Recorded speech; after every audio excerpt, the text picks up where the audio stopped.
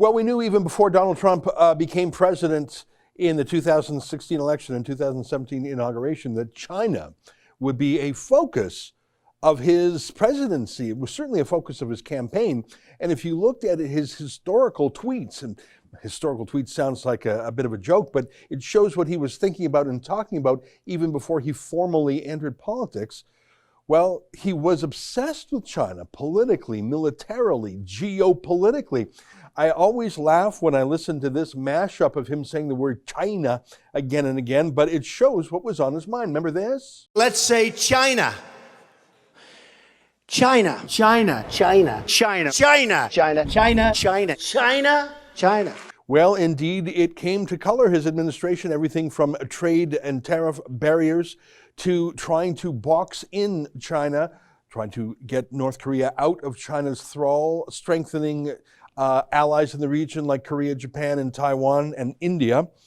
But of course, it looks like Donald Trump, despite fighting to the very end, will not be reelected, and Joe Biden and Kamala Harris will assume the presidency in short days. So what is China thinking about this reorientation? Well, there's a very thoughtful piece in Newsweek magazine, of all places, entitled "Communist China is Preparing to Eat Joe Biden's Lunch." And it's written by no one other than our friend Ben Weingarten, who joins us now via Skype. Ben, great to see you again. Happy New Year. Let's put aside any lingering possibilities, however faint, that Trump might pull victory out of the jaws of defeat. I don't think it's likely. There are some people who are waiting to the last moment. It's not going to happen. Let's move on with the assumption that Biden becomes president. He really is more under the sway of China than any president in American history. Am I right?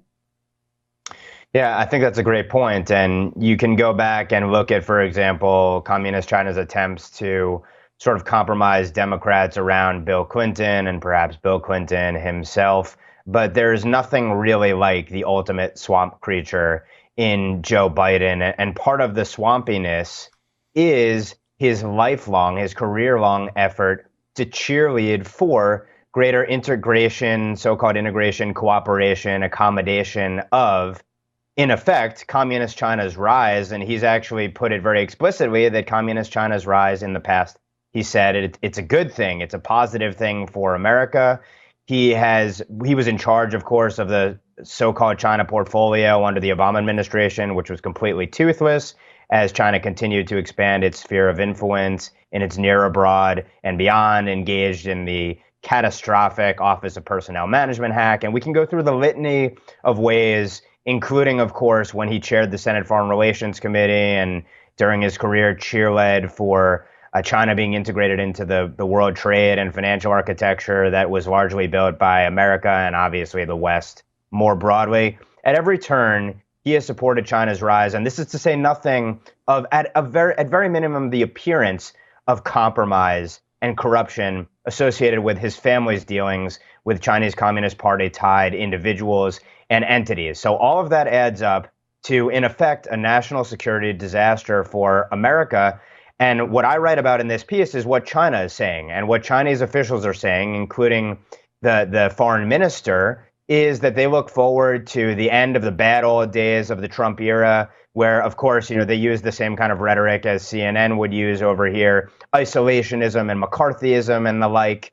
And essentially what they say is now we can return to a period of normalcy and cooperation. And they use sometimes those exact words. And of course, that's exactly what the Biden camp is messaging itself in the realms of space, for example, on the environment and COVID-19 relief measures and a litany of other areas as well. So what you see ultimately is China believes they have Joe Biden's number. And I think it's in part because where the globalist, transnational, progressive elite stands in America is pretty much where China stands as well. They're all in on the game together.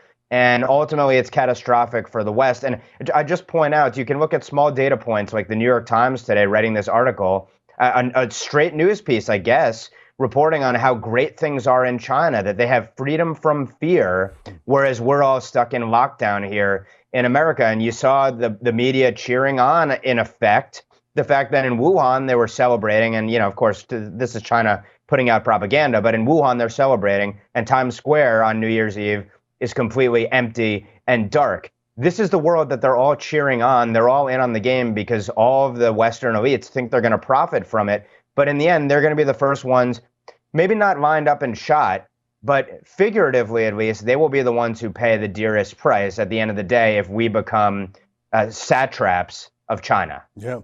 It's interesting. China has had a number of billionaires for a long time. Sort of like when the old Soviet Union crumbled, you quickly saw these oligarchs who brutally carved up the assets of the former Soviet Union. Some of them were truly phenomenal businessmen, but most of them were just sharp dealers who put together power. In China, I think there was some of that, but there were actual innovators too, especially in the tech side. One of them was named Jack Ma, Alibaba, Ant. Like he became one of the richest men in the world through his Communist Party connections, no doubt about it.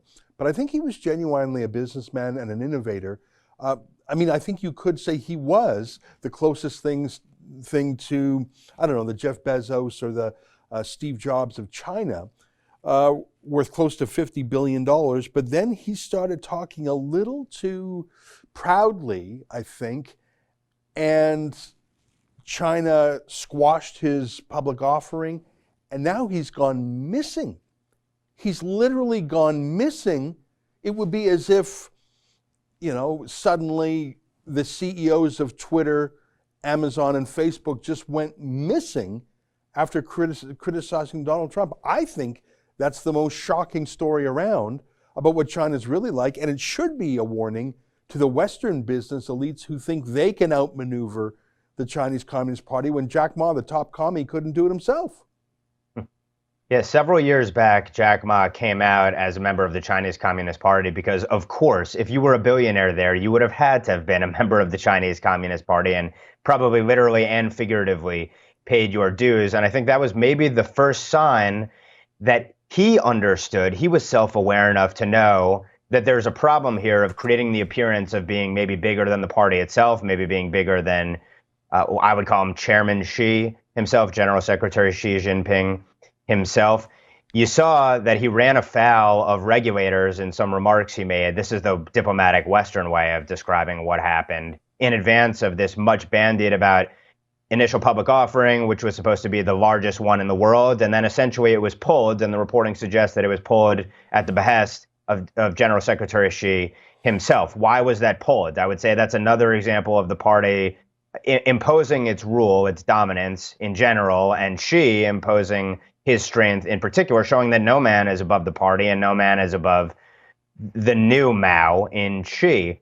Now you see he's missing, and I think you have to put this in the broader context as well of the fact that there's been a significant, I don't know if I'd call it crackdown on quote unquote private enterprise in communist China, but Xi has made it very clear that he believes that state-owned enterprises and state-backed companies need to play a much more significant role in the economy, and that the Chinese Communist Party needs to play a much more significant role in the economy, which only makes sense because their economy, in effect, is all about, at the end of the day, serves at the behest of and serves the aims of that party itself. This could be a good thing for the West in some respects, to the extent that the central planning of the Chinese Communist Party ultimately destroys some of their ventures that might really undermine us strategically and from a national security perspective.